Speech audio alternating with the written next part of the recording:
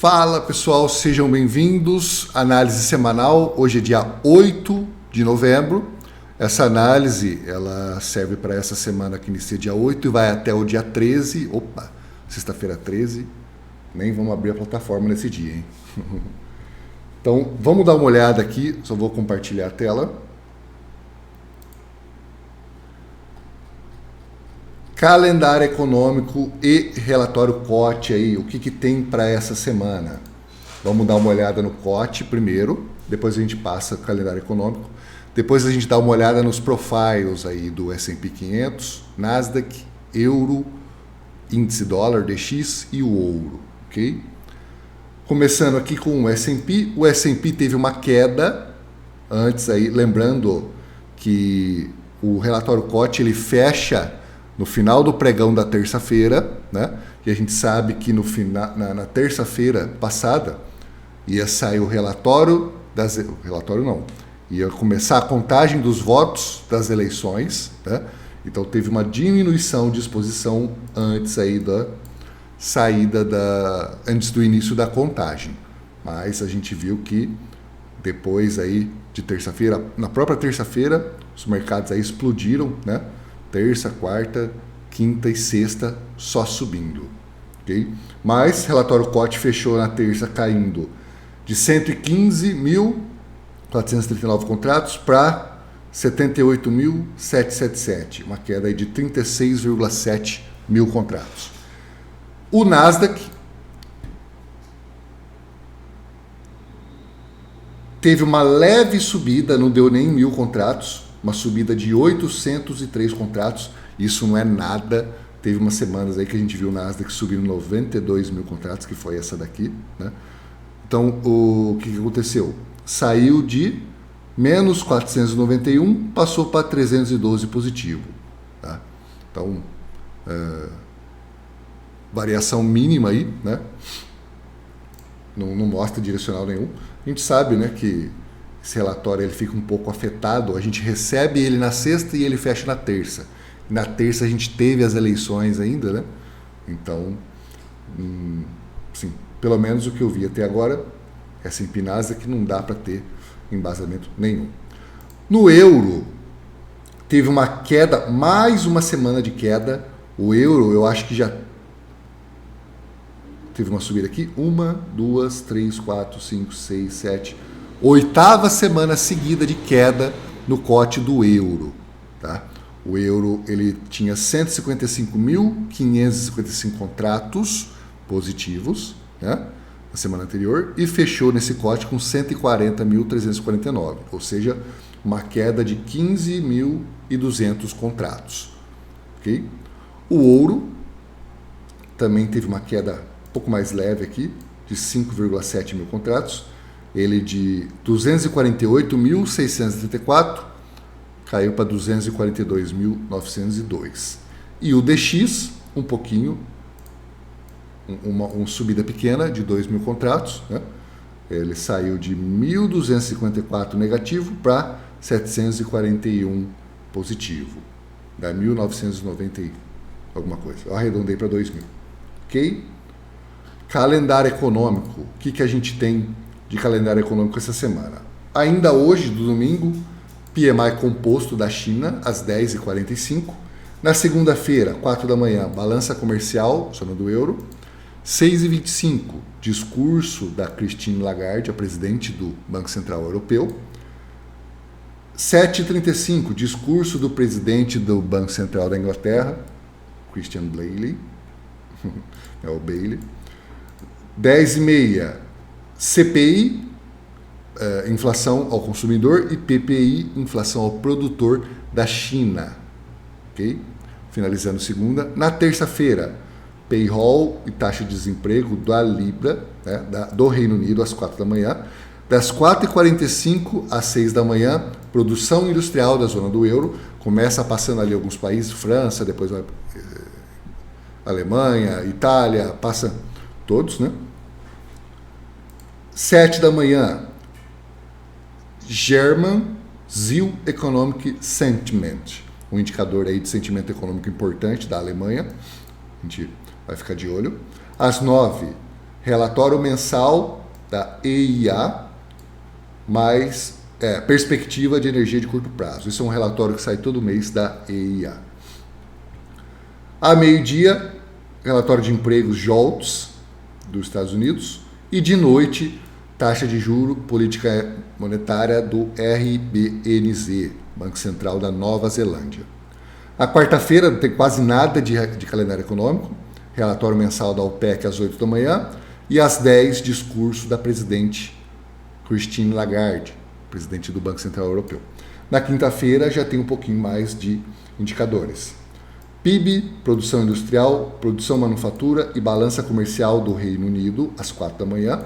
Também às 4 da manhã, o CPI da Alemanha. 5 da manhã, discurso do Bailey, presidente do BOE, né? Bank of England. Às 7 da manhã, produção industrial da zona do euro. Às 10h30, CPI, né? Inflação ao consumidor. E pedidos iniciais de seguro-desemprego dos Estados Unidos. Isso 10h30. De tarde, às 13h, estoque de petróleo e derivados da EIA. 13h45, discurso da Christine Lagarde, novamente, né, do BCE. 16, balanço federal dos Estados Unidos. O quanto que arrecadou de imposto e quanto que gastou a administração no último mês. 7 da manhã, a sexta-feira, relatório de empregos da zona do euro, mais PIB, mais balança comercial. 10h30, PPI, inflação ao produtor dos Estados Unidos. E, finalizando a semana, relatório Michigan Consumer Expectations, ao meio-dia. Okay? Pessoal, se alguém tiver alguma dúvida aí, quiser fazer alguma pergunta, pode escrever, por favor, aqui no chat do YouTube aqui, ok? Vamos dar uma olhada agora. Eu queria dar uma olhada nisso aqui com vocês. Os meus alunos já sabem o que é isso. Se você estiver assistindo pelo YouTube, isso aqui é o IRD do euro, o USD, né? O que é o IRD? Interest Rate Differential. O spread do yield de 10 anos da Alemanha menos o spread do yield de 10 anos dos Estados Unidos. Okay? Então a gente pega e faz 1 menos o 8, a gente tem uma perspectiva de como que estão os juros, pegando um país frente ao outro. Sempre a gente pega o título de mesma maturidade, a menos que a gente for fazer uma composição. Então, o que tem acontecido com o IRD do euro-dólar nas últimas semanas? Tem caído forte, ó, desde o início ali de setembro, finalzinho de agosto, queda. E agora, depois das eleições, aí, depois de terça-feira, o euro puxou forte para cima, foi visitar a máxima desse período todo. Desde quando começou a cair ali no começo de setembro, ficou trabalhando divergente um tempo, depois corrigiu, né? Agora, depois de terça aqui, o mercado explodiu, o euro explodiu, né? O que trouxe esse fluxo comprador aí para o euro e vendedor para o dólar? Expectativa de inflação dos Estados Unidos. O Biden ganhando presidente, ele vai propor aquele projeto de lei, né? A renovação do projeto de lei Carries, que é o que estimula a economia através de pagamentos semanais para os americanos, né? É a famosa mesada ali semanal, que os americanos estavam recebendo até meados de agosto ou setembro, não lembro o mês que acabou certinho, já faz uns 2 ou 3 meses que acabou. E desde então os democratas e republicanos estavam negociando para renovar esse pacote de estímulos para assistir os americanos, né? Dar uma assistência devido às paralisações que tiveram aí, devido ao impacto que houve nos empregos, devido às paralisações pelo coronavírus. Então, tentaram negociar, não conseguiram entrar em nenhum acordo, os democratas sempre pedindo mais, né? Falando aí de 3 trilhões, foi abaixando para 2,7, 2,5, e os republicanos não queriam nenhum trilhão no começo. Aí foram aumentando 1,2, 1,3, 1,5, mas não chegaram em acordo. Se os democratas ganhassem no Senado, o que não parece que vai ser o caso, né? Os republicanos vão continuar com a maioria no Senado, mas se tivesse acontecido, falavam de estímulos na ordem de 5 trilhões, porque aí o governo vai lá, propõe, a Câmara aprova, a Câmara já é democrata. O Senado, democrata, vai lá e aprova também. Então, isso daí faria o dólar, né, pulverizar. Isso seria bom para moedas como a nossa, o real, né? Poderia retornar aí nos patamares de 5, 4,90, não sei. Né? Agora, com o Senado se mantendo republicano, e agora a negociação pela administração do Biden, né, provavelmente vai vir um pacote de estímulos um pouco maior. Só resta saber como que vai ser a negociação aí com os republicanos. Em paralelo a isso tudo, o presidente dos Estados Unidos atual, o Trump, ele ainda resiste, né, em aceitar que ele perdeu a eleição, reclama de fraude e, por alguns relatórios que a gente anda recebendo aí, algumas notícias que vêm saindo na mídia e tal, pode ser que tenha tido realmente fraude em alguns estados-chave lá, como Michigan, Wisconsin, Pensilvânia, Geórgia, né, que todos eram estados-chave. Eu não sei se é verdade, tá? Mas eu vi uma notícia publicada por alguns veículos importantes de imprensa, falando que 21 mil votos no estado, eu não lembro agora se é o Wisconsin ou Pensilvânia, um dos estados que o Biden ganhou. 21 mil votos eram de pessoas, de títulos de eleitores cujo dono já tinha falecido, né? Então, assim, eu não sei até que ponto isso aí é verdade. Se for verdade, o Trump e os republicanos não vão aceitar resultados das eleições. Já pediram recontagem em vários estados, né? Isso demora, e pelo prazo que tem, né, normalmente aí para se definir aí o presidente dos Estados Unidos, porque quem cravou que o Biden ganhou foi a mídia, mas as contagens estão acontecendo ainda. Oficialmente, não tem um tribunal de justiça eleitoral como a gente tem aqui no Brasil lá. Lá quem crava quem foi eleito é o Congresso dos Estados Unidos. Então, dia 5 de janeiro, quando os novos congressistas entrarem, eles vão pegar todas as cédulas dos estados, né, que são os colégios eleitorais, e vão contar. Se o Biden tiver ali os 270, eles vão determinar que o Biden é o ganhador da eleição e o Trump tem que vazar até o dia 20. Tá? É o dia 20 que ocorre a transição.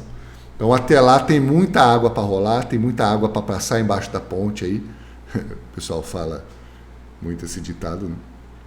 E vamos ir acompanhando como que vai ser o desenrolar. Agora, vários chefes de estados aí de vários países importantes já deram parabéns para o Biden, né? Então, provavelmente, essa busca aí pela justiça, né, pela Suprema Corte que o Trump vem falando e alguns republicanos também, não deve dar em nada. Agora, se eles conseguirem provar que realmente teve fraude, né, aí eu não faço ideia do que pode acontecer. Vai dar alguma coisa aí, com certeza não vai ser boa, ok? O que eu queria mostrar com o IRD? Que ele ainda está caindo, agora depois da eleição ele deu uma puxada. Ó. Então, o que a gente tem que identificar a partir de agora? Se isso realmente vai continuar a subir a partir de agora, né? Ou seja, o yield do título de 10 anos dos Estados Unidos, que em vermelho, começar a cair, e o yield do título de 10 anos da Alemanha se manter ou começar a subir. Aí, o que acontecer com o spread, o IRD? Começa a voltar. Se isso não acontecer, está totalmente divergente. O euro lá em cima, no 1,19, quase lá próximo da máxima do ano, né? Deixa eu aumentar esse gráfico aqui. Ó, próximo de uma resistência bem importante aqui, ó, no 1,19,200, né? Provavelmente pode visitar ainda hoje, né? São menos de 20 pips aí, até buscar aqui. E aí, dependendo como for a montagem de posição vendedora aqui, pode dar uma oportunidade de venda interessante. IRD caindo, COT mostrando queda ainda, né? Menos 15 mil contratos. Então vamos acompanhar para ver se entra vendedor aqui Ou talvez, ou se vai romper e buscar essa outra resistência aqui em cima. Ok? Tudo depende ali do que o mercado vai fazer, como que vai reagir essas regiões chave aí ainda essa semana. Okay? Então eu quis mostrar o euro aqui primeiro. Vamos dar uma olhada no profile. Na sexta, já vem pelo menos aí uns 3 ou 4 dias formando perfil long P. Ó, long P, dia 4 de novembro foi o dia da eleição, na terça caiu. Teve uma montagem de posição forte aqui. Ó. Quem estava no grupo da mentoria sabe do que eu estou falando. Entrou muito fluxo vendedor aqui, só comprador absorvendo, ou seja, montagem de posição compradora forte, né? E aí só disparou. Então, long P na terça, long P na quarta, quarta, na quinta e na sexta. Tá? Então, esse tipo de perfil aqui é o perfil comprador mais forte. Quais são os pontos de suporte aqui? Só olhando o perfil, tá, pessoal? Aqui abaixo dessa acumulação aqui, ó, tá vendo o cluster de sexta-feira? Abaixo daqui é um ponto e na Value Area Low aqui embaixo, ó, que coincide exatamente com um pouquinho abaixo dessa mínima, são os pontos aí, os melhores pontos para compra amanhã, segunda-feira. Okay? Agora o mercado já abriu subindo, ó, já está subindo. Já está subindo. Aqui o profile está na frente, ele fica na frente nesse começo, né, do dia. A minha região número 1 é o POC, aqui, ó, é o cluster da sexta-feira. Eu acredito que talvez o preço possa cair e vir trabalhar aqui embaixo, talvez trabalhar um pouco abaixo aqui, ó, do cluster, ou talvez até aqui, ó, na Value Area Low, e em seguida retomar o seu rumo, que é a subida. Né? A gente está falando dessa região aqui em cima. O eixo dessa região aqui, ó, vamos colocar no 1,19,200. Então, exatamente aqui. Ó. Aqui seria a nossa região número 2. Então, na minha opinião, o movimento mais provável é uma continuação. E aqui eu quero ver se vai entrar vendedor, porque o RD está caindo. Então, está divergente. Se entrar vendedor aqui, talvez dê para pegar uma venda e segurar. Se entrar com ainda mais comprador, romper essa região, a gente pode talvez ver uma corrida até aqui, ó, no 1,19,600. Estou falando de euro futuro, tá, pessoal? Tem uma diferencinha de preço para o euro spot, ok? E aí a gente está falando aqui da região 3. Agora, em algum momento aqui, ó, pode ser na máxima, pode ser na região 2 ou região 3, pode entrar fluxo vendedor, né? Ou pode entrar fluxo vendedor ainda na seção asiática agora e começar a cair, ó. Quais são as regiões caso o mercado comece a cair? Região número 4, aqui, que é o POC da quinta-feira. Deixa eu só ajeitar aqui, né? Esse pico de volume aqui, ó. E caso entre ainda mais força vendedora, região número 5 aqui, ó, abaixo da mínima de quinta. O euro, ele estava bem volátil nesses dias, andando aí quase 1%, até mais de 1% em alguns dias aí depois do resultado da eleição, né? Se a gente pegar o ATR, máxima e mínima, né, andou até mais que 1%, mas o normal para o euro é ficar aí em torno de 0,30, 0,35, quando anda muito, 0,5%, ok? Então, para o euro passar da região 4 e vir aqui, ó, provavelmente não vai ser amanhã, vai ser lá para terça, quarta, ok? E para passar talvez aqui dessa região 2 e na 3, talvez não seja na segunda. Né? Essa semana aí é a semana de menos notícia, a segunda semana do mês é a semana que menos tem notícia, ou seja, menos volatilidade, menos volume também. Então, pode ser que o preço dê uma lateralizada, trabalhe aqui nessas regiões aqui mais algum tempo. Ok? Vamos falar do ouro agora. Vamos falar do euro, ouro, DX, né?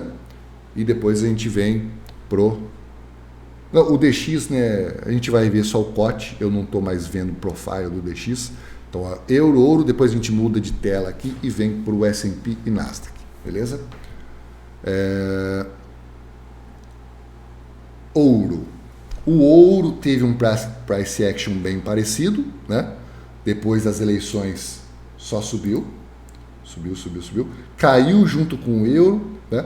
Entrou força compradora, entrou bastante volume aqui, subiu, retraiu, e aí aqui na quinta-feira subiu mais de 3%, se não estiver enganado. Saiu do 1904, foi fechar lá próximo do 1949. E na sexta ficou meio lateralizado, mas ainda um perfil long IP. Tá? Então, distribuição simples na quarta-feira, dia da contagem da eleição de madrugada. Na quinta-feira, long IP, cluster lá em cima. E na sexta-feira, distribuição simples de novo.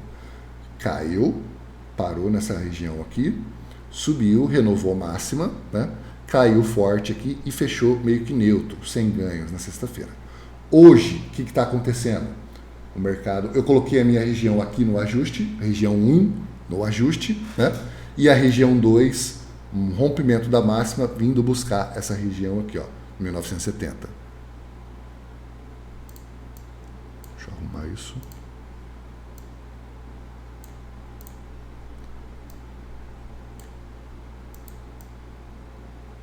Certo? Então, região 2 aqui, pouco acima do 1970.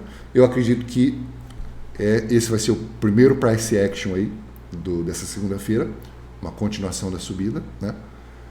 Caso perca força, caso não consiga romper essa região, até porque já está bem afastado aqui, ó, do fechamento da VWAP de sexta, ó, lá nos 3%, né? E entrar força vendedora, o mercado pode vir aqui buscar a mínima de sexta-feira, região 3. Ok? Região 4, aqui, por ser um profile de distribuição simples, né?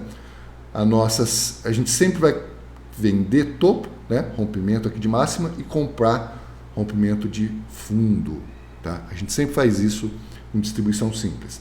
Agora, se entrar fluxo comprador forte, né, e realmente romper e tiver uma continuação, a região 4 está aqui, e caso rompa o fundo e tenha uma continuação, a nossa região 5 está aqui, ó, esse POC semanal, beleza? Isso é o ouro. Se alguém tiver alguma dúvida aí, pessoal, pode mandar, ok? Eu vou agora mudar a tela.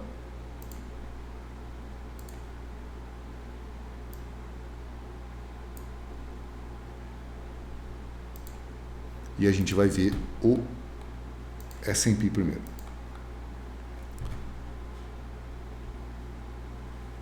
S&P,